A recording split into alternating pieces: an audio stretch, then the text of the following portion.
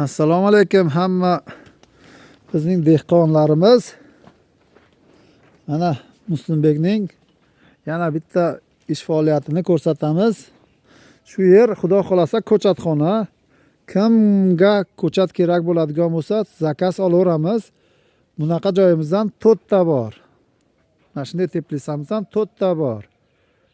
Har qancha ko'chat zakaz bo'lsa olaveramiz. Mana ko'chatlarimiz mana 28-kuni bu yerda 28-fevralda ko'chatni olib kelib, saragini berib, eng maydalarini o'zimiz ekkanmiz mana akalar. Xamaglashni boshladi. Mana shu holatda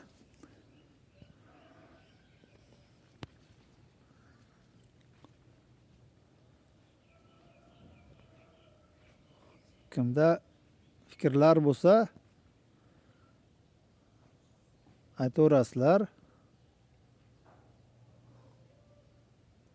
Mana shu holatda ko'chatlarimiz gullashni boshlagan. Gul paytida suv ko'p bermaysizlar. Gullab olsin.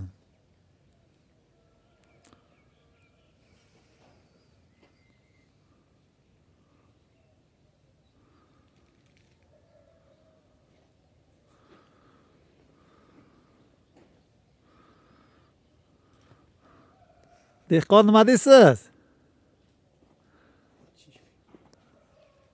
Aytavering, dehqonlarga nima deysiz? Dehqonlar ekishsin ko'proq, daromadni ko'paytirishsin, ozuqani berishsin ko'proq.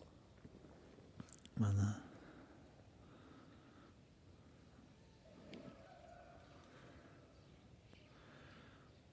Xudo xolasa hosilga kirganda videosini beramiz.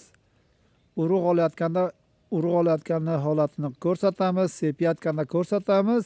Yana yilga ko'chatga harakat qilganlar bemalol nomerlarni saqlanib qilib, akalar biz mana shunaqa ish boshladik, ertaroq xabar qilyapmiz desanglar, ko'chatlar pokiza zo'r bo'ladi.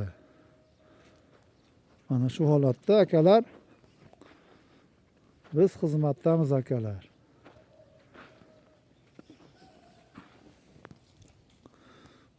Xamaglashni boshladi.